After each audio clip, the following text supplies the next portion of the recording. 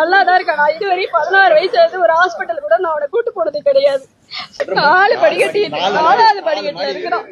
அந்த புக்கெல்லாம் தூக்கிட்டு போய் அதனால அவனுக்கு மூச்சு வாங்கி எனக்கு வந்து அது மேலதான் சந்தேகம், வேற எதுவும் நிக்க வச்சாங்களாம் சார். 5 நிமிஷம் லேட் ஆயிடுச்சுன்னு நிக்க வச்சாங்கன்னு சொல்றாங்க. காலையில் 7 மணிக்கு எது கிளாஸ் ஆரம்பிக்கிறீங்க? சாப்பிடாம 7 மணிக்கு பேரண்ட்ஸ் முதல்ல எதுக்கு ஸ்கூலுக்கு அனுப்புறீங்க? அதுவும் அந்த பையன் 7 மணி கிளாஸுக்கு லேட்டாக வந்திருக்கான்னு பேக்கோட வெளில நிற்க வச்சிருக்காங்க. 7:15 அந்த சிசிடிவி கேமராவில் பார்த்தா எல்லா பசங்களும் பேசிட்டு விளையாடிட்டு தான் இருக்காங்க. இன்னும் மிஸ் கிளாஸே ஆரம்பிக்கல. ஸோ ஆரம்பிக்காத கிளாஸுக்கு ஒரு 5 நிமிஷம் லேட்டாக வந்தால் என்ன? இப்போ அதுக்கு எதுக்கு வெளியே நிற்க வைக்கணும்? அதை விட பெரிய பிரச்சனை, காலையில் சாப்பிடாம வெறும் வயிற்றுல அவ்வளோ பேகை மாட்டிட்டு 4 மாடி படி ஏறினா லோ ப்ரெஷர் ஆகுமா ஆகாதா?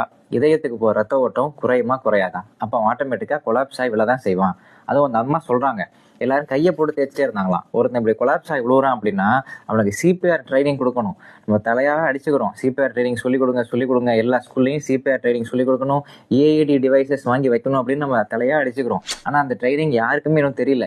கையை போட்டு தேய்ச்சி விட்டா எப்படி உயிர் வரும்? சிபிஆர் கொடுத்தா இன்னும் இந்த பையனை காப்பாற்றிருக்கலாம். சிபிஆர் பற்றி நம்ம வீடியோ போடும்போதெல்லாம் கீழே எல்லாரும் கமெண்ட்ஸ் பண்ணுறாங்க, சிங்கப்பூரில் இருக்கிற எல்லா ஸ்டூடெண்ட்ஸ்க்கும் சிபிஆர் தெரியும், எல்லா ஸ்கூல்லையுமே ஏஐடி டிவைசஸ் இருக்கும் அப்படின்னு. அது மாதிரியே நம்ம ஊர் மாற மாட்டேங்குது. ஸ்கூல் பேக்கில் எதுக்கு அவ்வளோ வெயிட் எடுத்துகிட்டு போகணும்? ஹோம்ஒர்க் என்னவோ என்ன படிக்கணுமோ அந்த புக்ஸை மட்டும் எடுத்துட்டு மிச்ச புக்ஸ் எல்லாம் ஸ்கூல்லேயே ஒரு கபோர்ட் மாதிரி அடிச்சு ஒவ்வொரு ஸ்டூடெண்ட்ஸ்க்கும் ஒரு கபோர்ட் கொடுத்து வச்சா என்ன? இது மாதிரி தான் எல்லா ஊர்லேயும் ஃபாலோ பண்ணுறாங்க. நம்ம ஊர்லேயும் அப்படி ஃபாலோ பண்ணுறது இல்லை. ஸ்போர்ட்ஸ் டே, ஆனுவல் டே வந்துருச்சுன்னா ஒரு வாரம் ஃபுல்லாக சின்ன பசங்க நர்சரி பிரைமரி பிள்ளைங்கள்லாம் வெயிலில் போட்டு நிற்க வச்சு ட்ரில்னு பண்ணுறாங்களா? எவ்வளோ பெரிய கொடுமை தெரியுமா?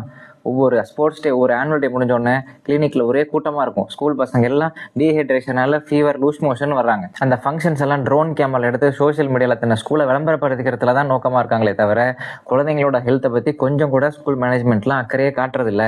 நம்மளாம் அந்த காலத்தில் ஸ்கூலில் நிற்கலையா காலையில் சாயந்தரம் வெயிலில் அப்படின்னு நிறைய பேர் கேட்கலாம். ஆனால் இப்போ ஒமிக்ரான் வைரஸ் வந்ததுக்கப்புறம் மாதம் குழந்தைங்களுக்கு சளி பிடிக்கும் பொழுது நுரையீரலையும் இதயத்தையும் அது பலவீனப்படுத்துது அப்படின்னு மருத்துவ ஆராய்ச்சி முடிவுகள் சொல்கிறாங்க. அதுவும் முக்கியமாக காலை நேரங்களில் தான் இந்த மரணங்கள் நிகழுது. சாப்பிடாம ஸ்கூலுக்கு போகிறத இனிமேல் அவாய்ட் பண்ணணும். இந்த 7 மணிக்கு ஸ்கூல் வைக்கிறதெல்லாம் பள்ளி கல்வித்துறை அமைச்சர் கண்டிப்பாக கண்டித்து அதெல்லாம் ஸ்ட்ரீம்லைன் பண்ணணும். பெரும் வயிற்றில் இருக்கிற பையனை பேகை மாட்டிட்டு 4 மாடி நடக்க வைக்கிறது, லேட்டாக வந்துட்டான்னு வெளியே நிற்க வைக்கிறது, இதெல்லாம் வந்து லிட்ரலி சைல்டு அபியூஸ் தான். மனசாட்சி இல்லாத செயல்.